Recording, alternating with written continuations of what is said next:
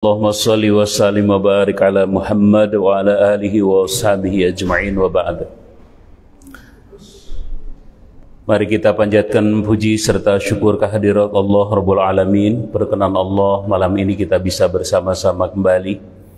Salawat serta salam semoga tercurah pada Rasul yang mulia Nabi Muhammad sallallahu alaihi wasallam. Kajian sore ini, malam ini, saya ingin mengajak ikhwatu iman untuk membuka surah Al-Kautsar. Silakan. Surah Al-Kautsar.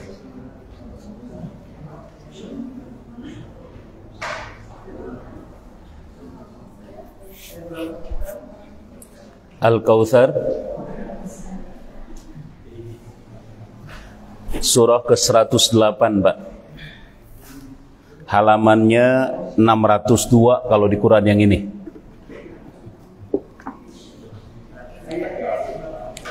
Ayat 1 sampai 3 cuma 3 ayat kok. Al-Kautsar, Pak.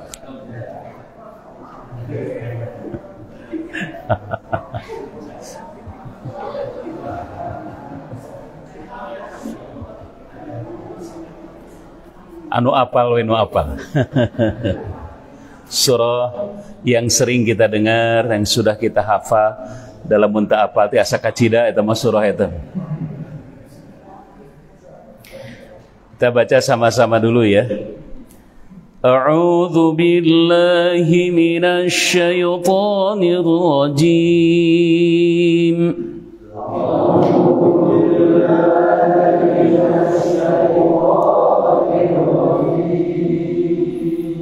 Bismillahirrahmanirrahim.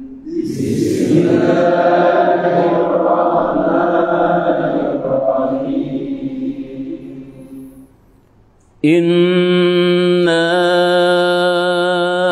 a'tainakal kautsar.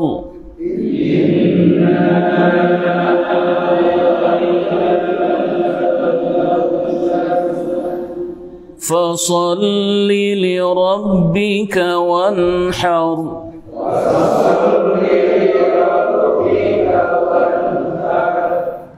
إِنَّ شَانِئَكَ هُوَ الْأَبْتَرُ.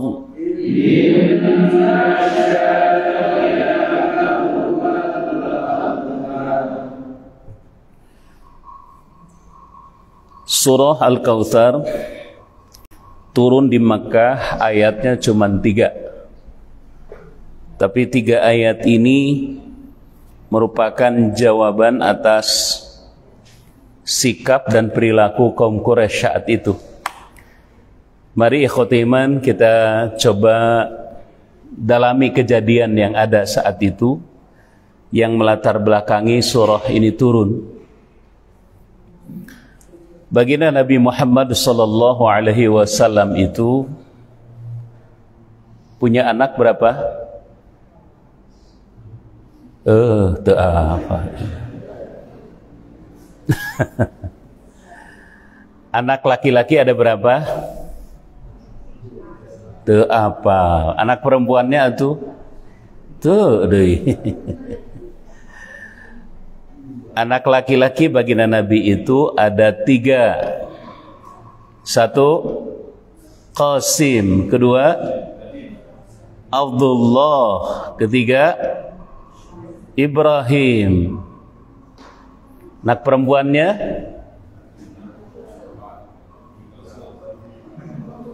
Zainab, terus Ummu Kulthum, terus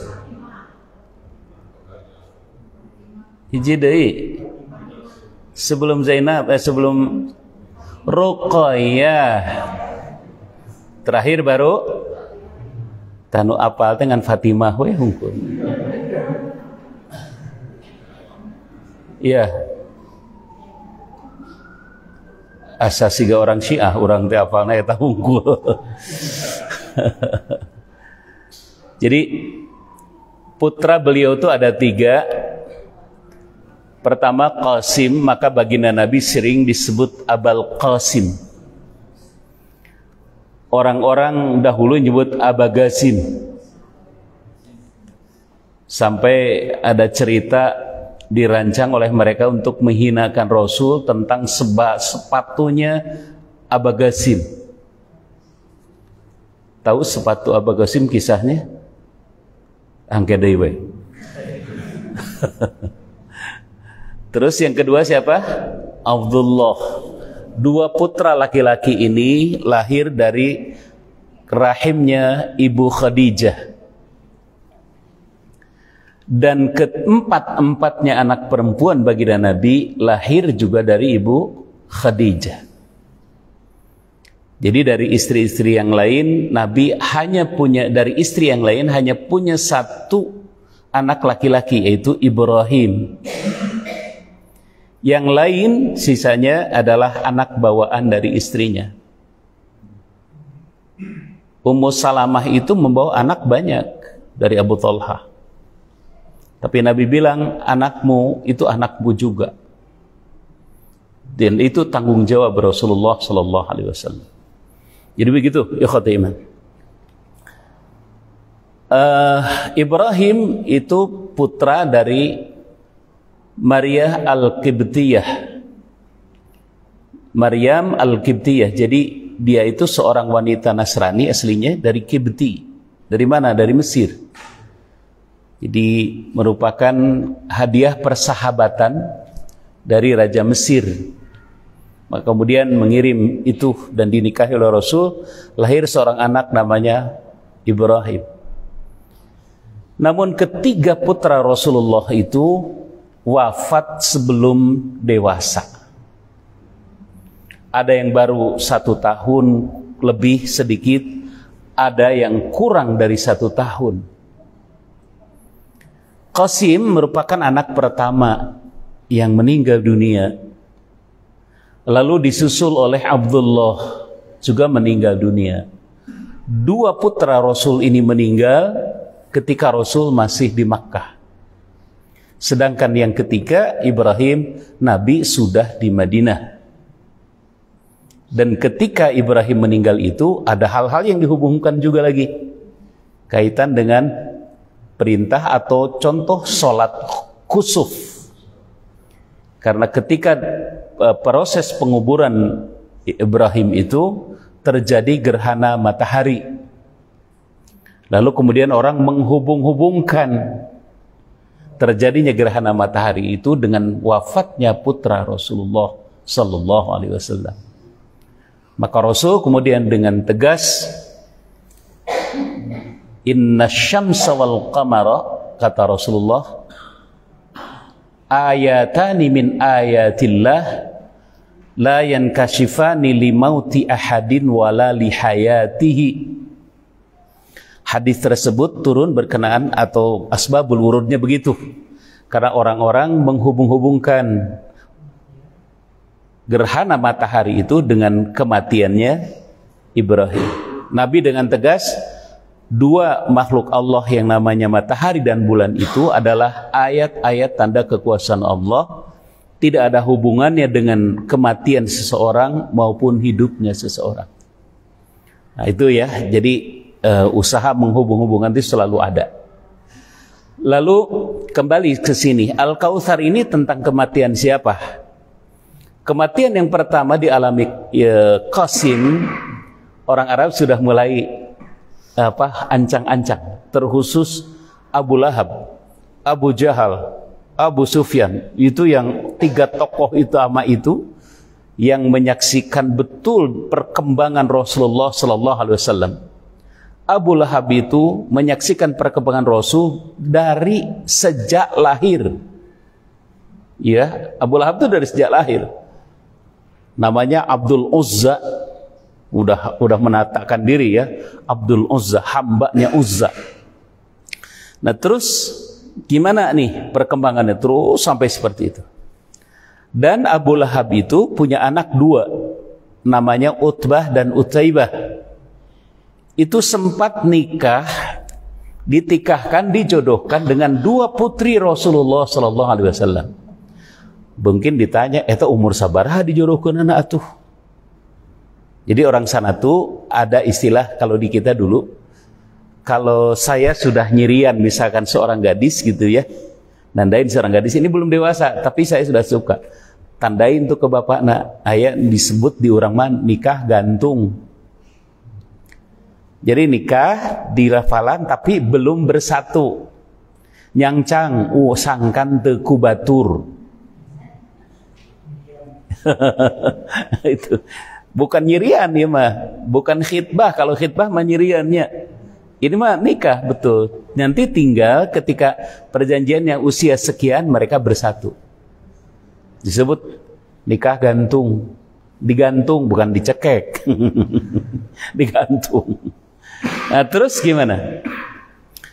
Dua putri Rasulullah itu pernah nikah dengan dua putranya Abu Lahab, Utbah dan Utaibah. Ya. Nikah dengan putri Rasul siapa aja? Ruqayyah dan Zainab. Nah, ikhwati iman rahimakumullah. Terus apa yang terjadi dengan dua orang ini? Ketika turun surah Al-Lahab, Abu Lahab tersinggung berat karena Allah menurunkan surah Al-Lahab, tabbat yada abi lahabib wa tab. Ketika Nabi menjelaskan tentang kerasulan dirinya, Rasul kan ngundang min akrobin, jadi dari keluarga-keluarga terdekat dikumpulkan di Bukit Sofa. Nabi cerita saat itu, kata Rasulullah, ia memancing kan, kalau datang pasukan dari sebelah kiri, bukit sebelah kiri akan datang ke sini menyerbu kalian yang ada di sini, berita itu datang dari aku, kalian percaya? Percaya, katanya kau Muhammad, nggak ada yang keluar dari mulutku kecuali kebenaran. Kalau satu lagi ada datang pasukan dari sebelah kanan saya akan menyerbu kalian, berita itu datang dari saya, kalian percaya? Teriak mereka semua, percaya Muhammad, karena aku adalah orang yang jujur. Nah, ini berita sebenarnya. Baru yang ketiga, kata Rasulullah sallallahu alaihi wasallam, inni nadhirum baina yaday sa'ah. Aku adalah pemberi peringatan di antara dua masa. Udah surti we masyarakatnya. Oh, ngaku nabi itu ya itu. Gitu. Nabi bertanya, percaya nggak kalian? Cara ricing teh abaratem. Percaya tuh? Anu tadi mah percaya 2 kali. Ya berita yang sesungguhnya nih, percaya nggak kalian? Kalasilisiku, cek akang kumaha, duka teuing. Kumaha ieu? Duka. Manu dibeno we lah dihareup. Garawo kata Abu Lahab teh kan, tabban laka ya Muhammad, ali hadza jama'tana. Celaka kau Muhammad, apakah hanya untuk ngomong itu kamu ngumpulkan kami semua di sini? Itu Abu Lahab nu ke depan. Nabi kaget juga kan, itu pamannya dan besan. Mundur Nabi ke belakang, kemudian turunlah surah Al-Lahab tadi. Nabi senyum-senyum, lalu kemudian turun surah Al-Lahab, tabbat yada abi lahabin wa tabb ma aghna anhu maluhu wa ma kasab, dan seterusnya. Tersinggung dia, pulang ke rumah, panggil kedua anaknya tadi kan, Utbah dan Utaibah. Kata ayahnya, kepalamu dan kepala ayahmu ini sama. Kalau sekarang tinggal pilih, kamu sayang pada Muhammad atau sayang kepada ayahmu? Ya anak piraku atunya tanya akakolotna. Ya, sayang pada ayah, kata anak kedua anaknya. Kalau gitu ceraikan kedua anak Muhammad itu sekarang, caci maki dia. Antarkan dua-duanya ke hadapan Rasul. Utbah itu mencaci maki Rasulullah SAW. Kasarnya ngahina teh udah kelewatan batas lah, yang ngomongnya itu seenaknya betul. Lalu kemudian meludahi Rasul. Tapi ludahnya nggak kena kepada Rasulullah. Dengan itu, lalu kemudian setelah menceraikan dengan mencaci maki, menyerahkan putri Rasul, dia pergi. Dia bilang padanya, ayah, sudah saya sampaikan dan sudah saya caci maki dan saya sudah ludahi Muhammad. Terus kata Muhammad, Nabi hanya berkata saat itu, ya Allah, aku serahkan urusan kedua orang ini terutama yang meludahi tadi itu kepadamu. Apakah dia dimangsa binatang atau bagaimana, terserah engkau. Bahasa itu yang muncul dari Rasulullah. Kurang lebih begitu ya bahasanya. Mendengar kalimat seperti itu, Abu Lahab kan kaget. Kaget luar biasa. Dan dia yakin ucapan Nabi Muhammad itu nggak pernah meleset dan tidak mungkin dusta. Kalau Nabi sudah berkata seperti itu berarti ngeri juga Abu Lahab. Alah sia anak orang kayak kumaha gitu. Maka setelah itu dia menyiapkan 2 orang bodyguard yang selalu menyertai putranya yang namanya Utbah ini. Kemanapun pergi disertai dia. Sampai satu saat dia pergi ke Syam, ke Syria, tanpa ayahnya. Dia berangkat dalam pasukan, dalam perdagangan ya, karena mereka ke utara, ke Syam, ke Syria itu adalah bagian dari jalur perdagangannya. Ke selatannya ke Yaman, ke utaranya ke Syria. Nah nanti kalau kaitan dengan surah Al-Fil, kita akan ketemu Yaman seperti apa. Insya Allah lain kesempatan kita ungkap tentang Al-Fil itu. Terus gimana nih? Ikhwati iman, dalam perjalanan itu kemudian jauh sebelum sampai ke Syria, ke Syam, dia istirahat kan biasa. Kalau di sana istirahat malam hari karena perjalanan malam. Ya. Lalu mereka bangun tenda, biasanya tidurlah di dalam tenda itu istirahat, baru kemudian sore hari terus berangkat lagi. Begitu yang mereka lakukan biasanya. Masyarakat sudah diingatkan oleh masyarakat itu jangan bangun istirahat, bangun tenda di situ. Di situ ada banyak binatang buas. Kan banyakan ini, lagian pula ada 2 bodyguard ya, gitu ya. Udah nggak apa-apa. Utbah ditaruh tendanya di tengah. Bodyguard tidur di situ, baru dikelilingi oleh tenda yang lain. Tapi da singa mah apaleun miskin ditutup oge. Jeung apaleun pisan ta bodyguard teh tibra. Begitu dia tidur, istirahat menjelang pagi di situ, singa pun masuk ke dalam kawanan kelompok tadi ke situ, lalu diterkamnya Utbah itu di situ. Itulah doa Rasulullah sallallahu alaihi wasallam. Jadi Utbah mati diterkam singa. Allahu Akbar. Bodyguardna ka mana? Sare. Saya lamun minta tulung ka manusia mah aya sarena. Ari Allah mah la ta'khudhuhu sinatun wala naum. Ari ieu mah sinatun dan naum. Gitu. Maka hati-hati, ahli sunnah wal jamaah beda jeung ahli sunnah wal jamaah. Naon bedana? Ahli sunnah wal jamaah mah ahli kelompok yang setia kepada as-sunnah dan setia dengan jamaah. Ahli sunnah wal jamaah mah ahli nunutan bebarengan. Apaan sinatun tadi? Jadi lamun ayeuna tala libra itu ahli sunnah wal jamaah. Baik, kita lanjutkan ya. Nah, sudah selesai. Abu Lahab seperti itu posisinya. Anaknya mati, apa kapok dia? Enggak, ternyata dia bangga. Bangga luar biasa. Qasim meninggal dunia ketika kecilnya. Dia jingkrak-jingkrak. Qasim belum. Ketika Abdullah meninggal dunia, Abu Lahab teh jingkrak-jingkrak atuh Pak. Senang banget, gembira. Dia keluar dari rumahnya, tas sorban tadi kita. Saking bungahna joget-joget atuh. Ketika meninggal siapa? Abdullah. Kenapa sampai seperti itu? Begini. Dalam budaya orang-orang Arab Quraisy saat itu, jahiliyah, bahkan sampai sekarang ya, bahwa anak laki-laki itu pembawa keturunan ayah dari orang tuanya. Jadi kalau disebutkan sampai sekarang kan, Abdullah bin Umar, Abdullah, bapaknya sah berarti Umar. Lebih sering disebutnya Ibnu Umar. Anakna Kang Umar. Itu disebut Abdullah nama anakna Umar.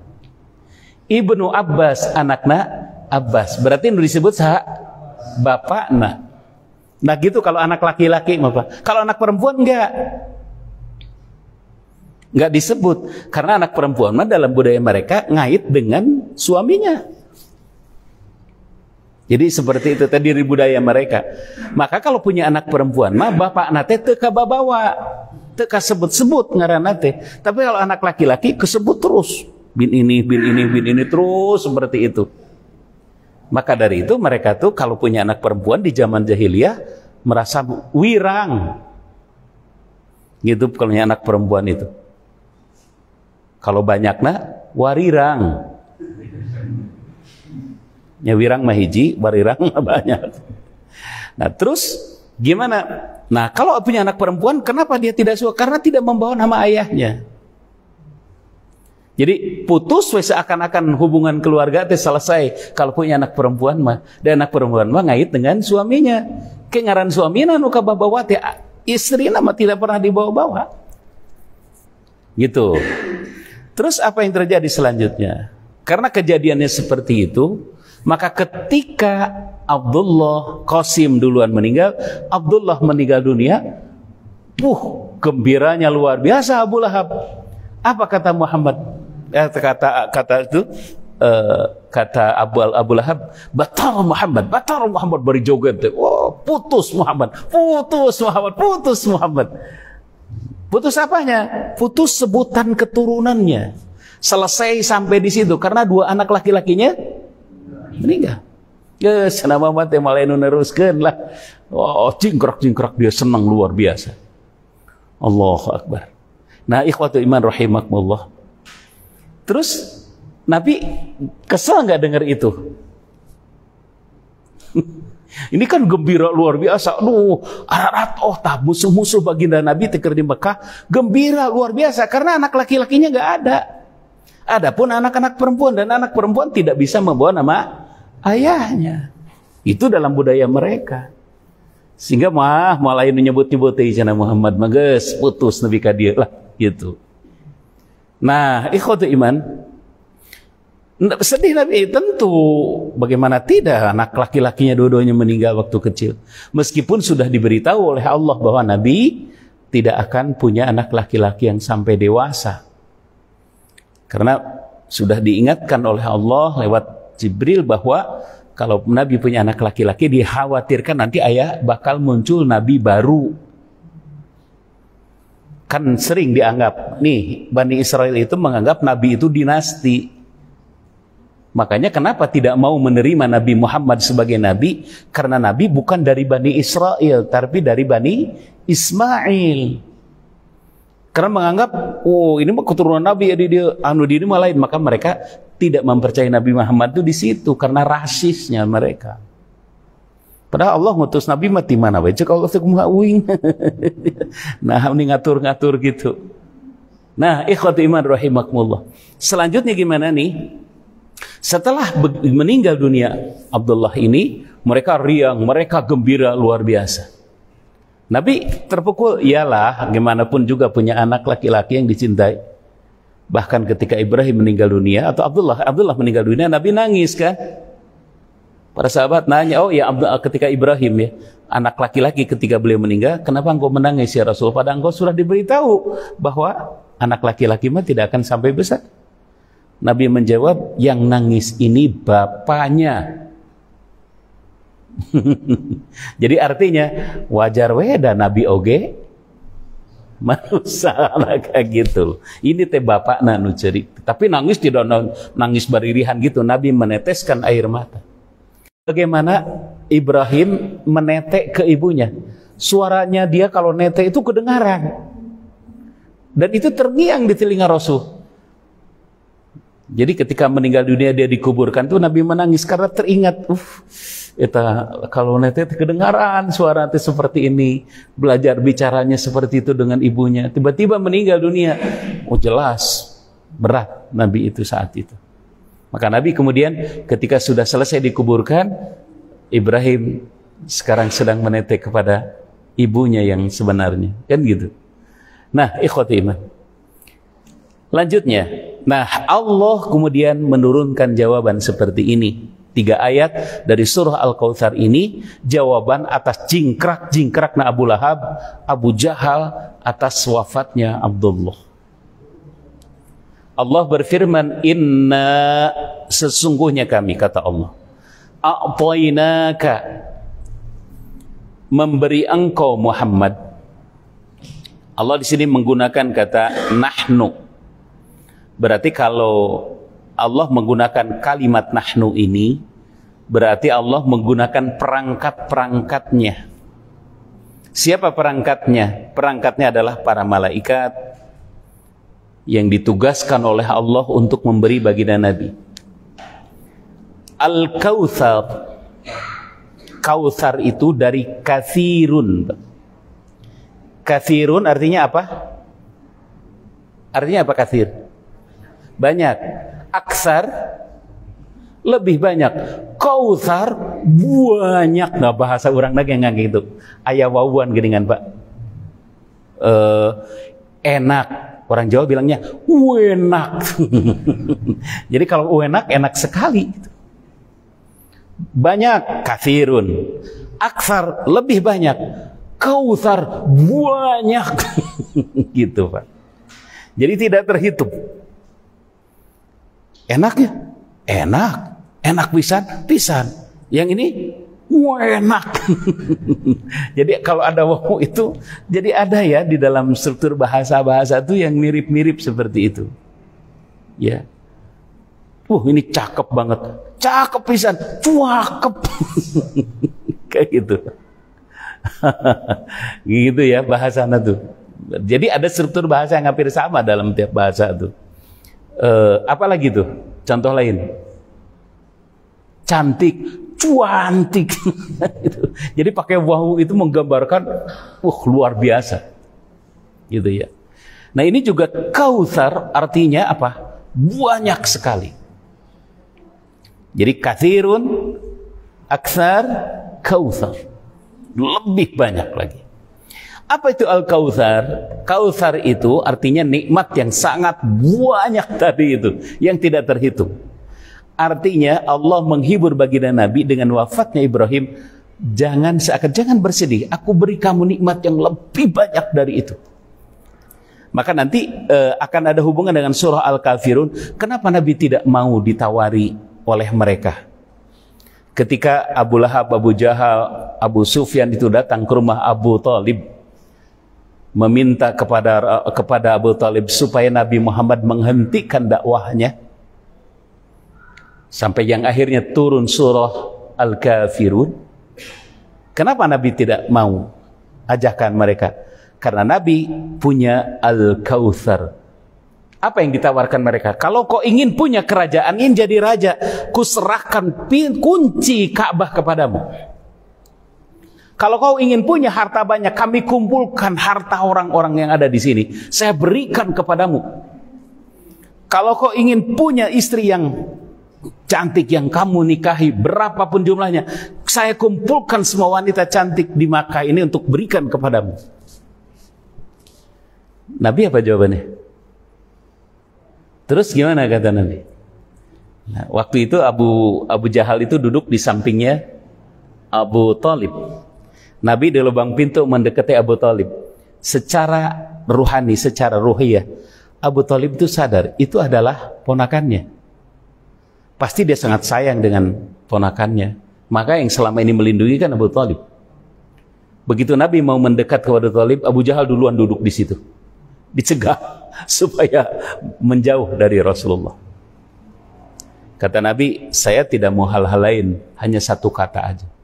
Kalau hanya satu kata, ucapkanlah 1000 kata pun gak apa-apa, yang penting gitu ya. Jangan kau teruskan dakwah. Nabi menjawab, kata Nabi, apa itu satu kata itu? Qul huwallahu ahad. Gitu ya. Nabi ada dalam hadis yang lain katakan, la ilaha illallah Muhammadur Rasulullah. Itu saja. Abu Jahal yang berduduk di samping Abu Thalib ini berdiri, langsung dia pergi bawa sorbana keluar, gitu. Keluar, lari, saking kehel dengan itu. Lalu muncullah sokatullah ayeuna mah kompromi, muncul tuh surah Al-Kafirun, ajakan setahun nyembah dewa dan nyembah Allah, setahun lagi nyembah dewa manehna, turun surah Al-Kafirun. Jadi 2-3 orang ini berperan luar biasa. Abu Jahal, Abu Lahab, Abu Sufyan itu. Nah, hari ini dalam surah Al-Kautsar itu, Nabi ketika ditawar itu nggak mau naon cenah harta, naon kerajaan, naon wanita, karena aku punya Al-Kautsar. Nah, yang jauh lebih banyak dari itu. Arti lain dari Al-Kautsar adalah Al-Khawd. Khawd apa? Telaga. Telaganya Rasulullah yang Allah berikan kepada baginda Nabi nanti di hari kiamat, di dalam surganya Allah. Bahkan di padang mahsyar itu Nabi menunggu umatnya di haud. Apa itu haud? Telaga. Telaga Rasul. Saya kemarin membuka sebuah hadis Rasulullah SAW terkait dengan haud. Rasul bersabda, "Isma'u qawli," kata Nabi. Waktu itu Abdullah bin Umar itu sedang berjalan bersembilan orang.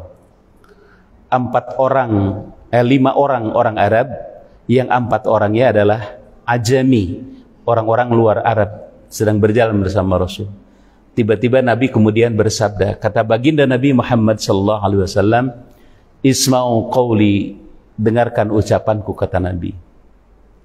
"Sayati ala ummati," akan datang kepada umatku satu keadaan, kata Nabi, seorang pemimpin yang pendusta.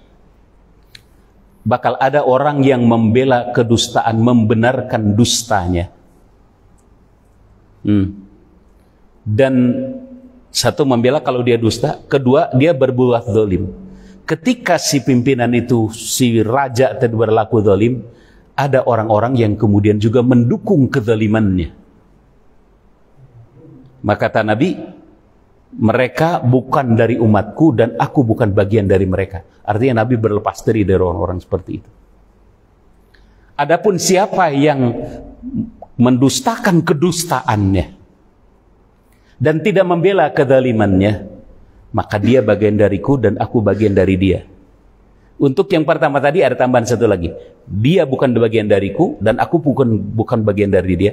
Nanti di akhirat dia tidak akan mendapatkan minuman dari khawdi, kata Nabi. Dari haud. Haud apa tadi? Telaga tadi. Sedangkan mereka yang tetap mendustakan dustanya dan tidak membantu kezalimannya, dia akan mendapatkan minuman dari haudi, dari telagaku, kata Rasulullah. Dan telaga haudi itu tadi, airnya kalau diminum oleh siapapun, maka orang tersebut tidak akan pernah merasakan kehausan selamanya. La yadma'u abada, tidak akan pernah kehausan. Itu hadisnya sahih, meskipun gharib hadis itu, tapi hadis itu sahih. Nah, ikhwati man rahimakumullah, jadi haud itu Al-Kautsar tadi, telaga Kautsar. Dan itulah yang kemudian Nabi bersabda juga, nanti di akhirat itu aku akan menunggu di telagaku, kata Rasul, telaga Kautsar ini. Dan Nabi akan menyeru, memanggil umatnya untuk hadir di tempat itu. Lalu kemudian orang-orang bakal datang ke sana dan mereka meminum air tersebut. Para sahabat nanya, ya Rasulullah, bagaimana engkau bisa mengenali umatku padahal begitu banyak di akhirat itu umatmu nanti? Nabi dengan enteng menjawab, ghurran muhajjalina min atharil wudu, bercahaya-cahayanya wajah mereka dan anggota tubuh mereka yang terbasuh air wudu. Itu yang membuat Nabi mudah mengenali umatnya di hari kiamat. Karena itu sempurnakan wudu. Tong asal-asalan. Faswighil wudu'a, sempurnakan wudu supaya Nabi melihat. Sampai Rasul pada sahabat nanya, ketika nanya seperti itu Nabi memberikan penjelasan. Kata Nabi, kalau kalian punya kuda hitam, lalu di dahinya ada warna putih, lalu di dengkul-dengkulnya warna putih, bukankah kamu mudah mengenali kuda tersebut? Iya, kata para sahabat, seperti itulah aku mengenali umatku. Maka yang bercahaya-cahaya tadi itu dipanggil oleh Rasulullah di padang mahsyar yang tiada perlindungan kecuali perlindungan datang dari Allah. Pada saat itu panasnya luar biasa, hausnya luar biasa.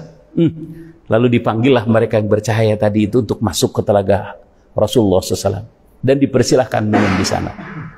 Nah, pada saat itu ada orang-orang yang kemudian datang menghampiri, wajahnya seperti orang yang wudu, yang terlihat bekas-bekas wudunya, tapi oleh malaikat diusir. Pergi kamu, jangan ke sini. Nabi saat itu bertanya, kenapa diusir? Padahal itu umatku, padahal dia tuh tadi warnanya seperti itu, bercahaya-cahayanya. Malaikat menjawab, wahai Muhammad, engkau tidak tahu apa yang dia lakukan setelah engkau tidak ada. Siapa itu? Ada yang menghubungkan dengan hadis yang tadi. orangnya muslim, sok wudu, tapi membenarkan dustanya pemimpin tadi, lalu membantu kedoliman mereka, maka mereka diusir nanti dari surga.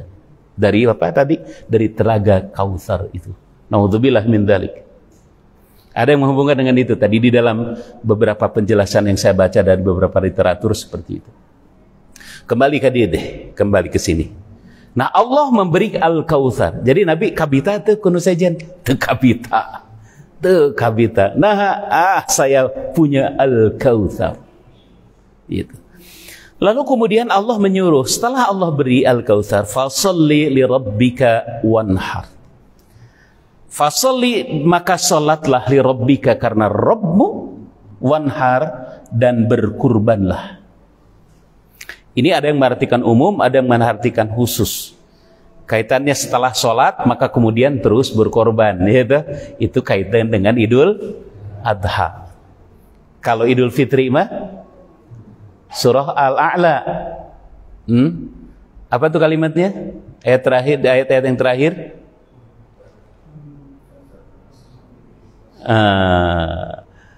Qad aflaha man tazakka wa dzakara asma rabbih fasalla. Ada yang menghubungkan itu dengan salat Idul Fitri. Maka sungguh telah bahagia, beruntung mereka yang tazakka, yang telah berzakat. Wa dzakara asma rabbih, kemudian menyebut nama Allah dengan takbir, fasalla, maka dilanjutkan dengan salat. Itu Idul Fitri. Kalau Idul Adha di sini fasalli li rabbika, kemudian wanhar, dan berkorbanlah. Ada yang menghubungkan dengan itu. Dan memang begitu caranya juga. Tetapi di sini secara khusus, secara perkata, Allah memberikan gambaran kepada kita sebagai wujud rasa syukur itu. Jadi wujud syukur seorang mengucapkan alhamdulillah, nuhun, sujud syukur, kan ada sujud syukur. Terus ada fasalli li rabbik. Belum sempurna rasa syukur seseorang sebelum dia sholat di situ. Jadi orang mengucapkan alhamdulillah, sujud syukur, tapi itu sholat, eueuhan. Gol, sujud syukur, sholat, henteu, eueuhan. Kan gitu ya. Jadi sempurnanya rasa syukur itu dipandu dengan sholat. Maka Allah beri di sini fasalli. Yang kedua wanhar, dan berkorbanlah. Berkorban untuk apa ini? Menghadapi tadi teata makhluk-makhluk anu gembira ketika meninggal tadi, sampai jingkrak. Tah menghadapi orang-orang kayak itu mah kita harus rajin berkorban. Untuk apa? Menghimpun kekuatan yang ada. Karena saat itu memang orang-orang yang masuk Islam kan orang-orang lemah semua. Dan ini diwujudkan oleh Allah, oleh Rasulullah SAW ketika sampai di Madinah itu sholat diwujudkan. Bagaimana membangun sebuah kekuatan di situ. Dengan sholat berjamaah. Maka selesai sholat, Nabi suka nengok ke jamaah ke belakang. Teteh ngabsen Pak, satu-satu sanu teu hadir, sanu teu hadir. Ada yang berita, oh si anu ya Rasul sakit, nanti tengok selesai sholat, kan gitu. Sampai Nabi hafal betul ada orang yang sering duduknya di pojok di situ. Kenapa dia senang di situ? Karena Nabi kalau selesai sholat selalu menghadap ke situ, ke pojok sebelah kanan.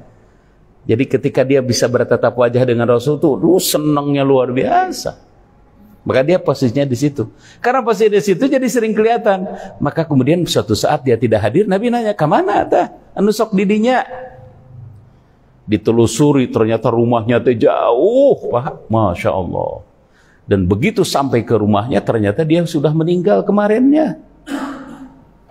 Luar biasa. Nah itu, eta engke deui eta cerita, eta teh bisa panjang deui. Nah, ikhwati kan saayat deui ieu.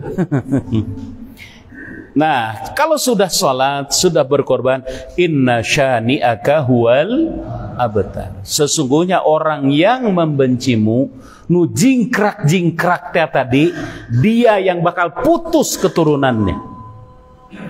Bagaimana putus keturunannya? Nanti kita lihat, ikhwati iman.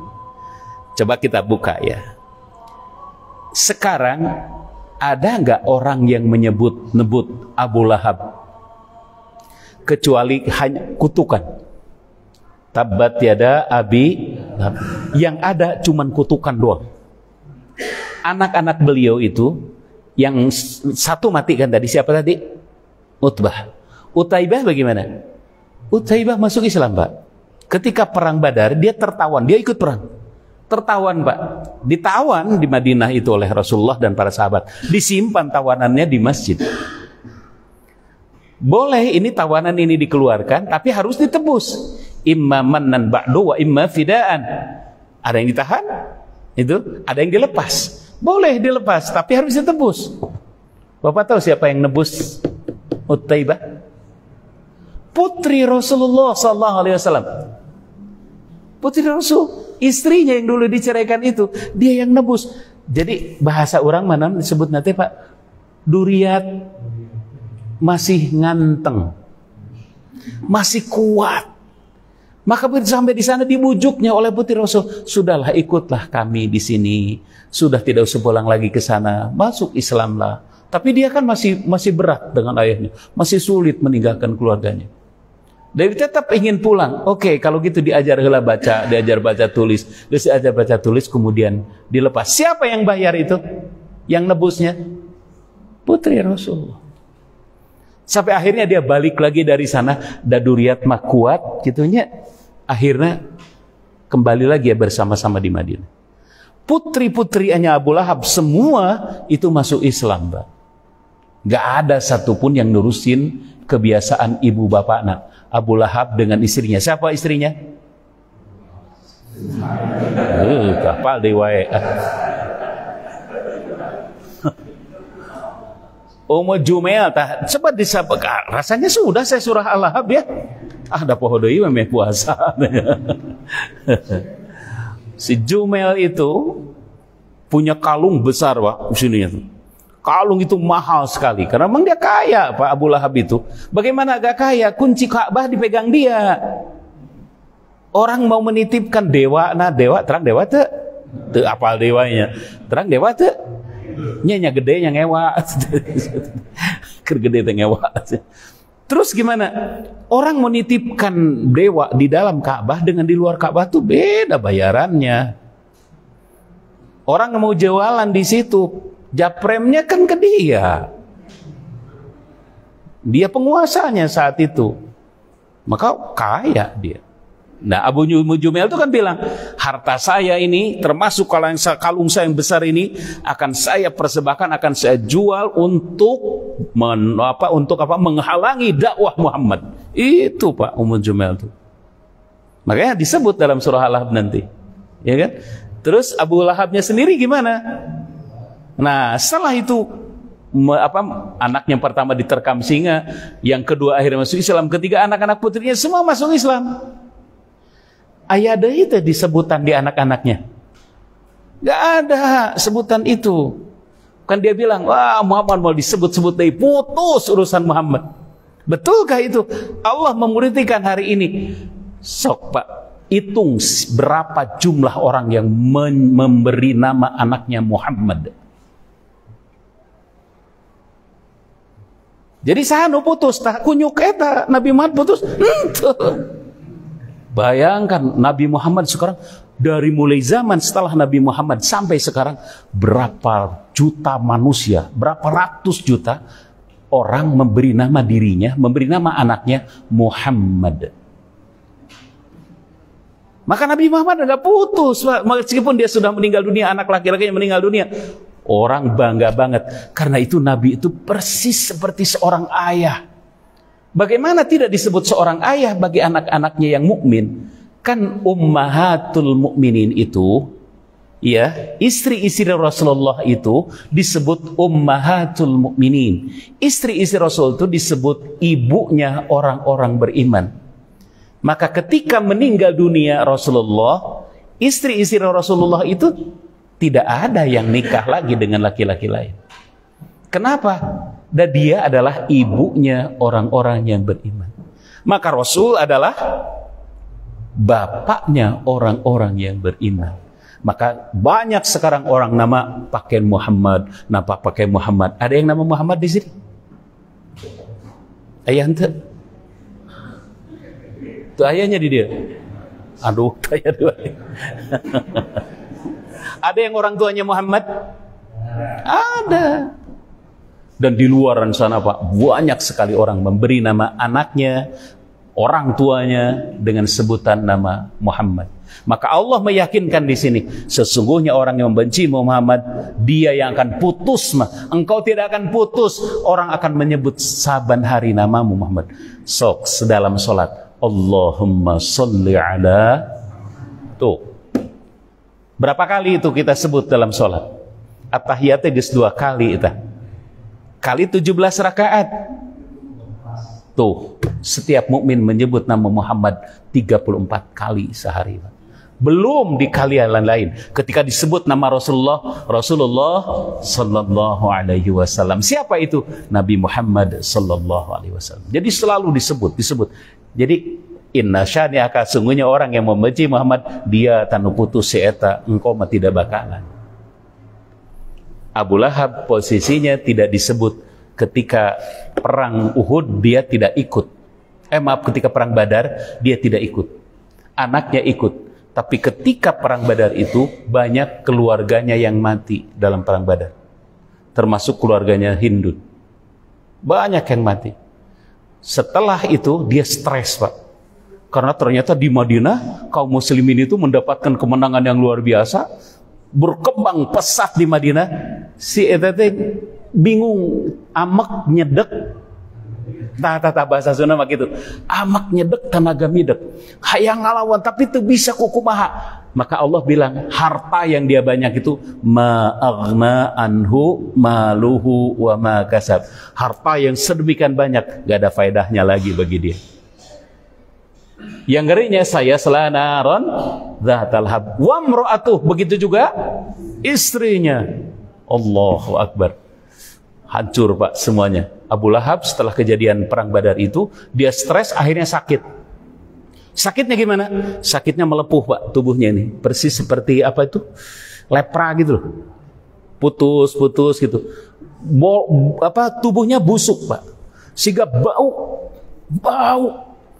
Dia tinggal di rumah, di rumahnya itu seisi rumahnya gak kuat. Baunya minta ampun. Busuknya tuh. Akhirnya karena saking tidak kuatnya, tetangganya pun juga ngerasa ngisep bau busuk itu, maka dia kemudian dibuatkan rumah di tengah padang pasir, ditaruhnya dia di situ, di kerangkengnya di sana supaya nggak pergi kemana-mana karena orang takut menular. Dia tidur di situ, tempat terasing, ma'agna anhu maluhu, gitu. Nggak ada faedahnya tuh, kekuasaannya, hartanya. Akhirnya dia busuk dan ketahuannya sudah mati. Pernah ada kisah istrinya nengok ke sana, dicakarnya juga si Ummu Jumel deh. Akhirnya dia makan kotorannya sendiri. Mati. Dalam kondisi busuk, taunya busuk dan sudah mati itu karena sudah tidak bergerak lagi. Lalu keluarganya nyuruh seorang pembantu dari Afrika itu menggali kuburan buat dia. Kuburannya sudah jadi, didorong Pak pakai kayu. Gak ada yang mau megang. Didorong pakai kayu, digulingkan gitu, gorolong, plus begitu masuk ke dalam kuburannya langsung segera ditimpuk batu, pasir segala macam ditimpuk karena sudah tidak mau lagi ngisep baunya, busuknya dia. Inna syani'aka huwal. Al-Quran mah jelasnya informasi nanti gitu tah. Keadaan yang melatar belakanginya seperti itu. Maka Nabi mah tekabita kunanaun sebab punya Al-Kautsar, dan orang yang membenci Nabi justru dia yang hancur lebur luar biasa. Ikhwatu iman rahimakumullah, wa'dallahi haq. Janji Allah itu benar dan seperti itulah yang terjadi.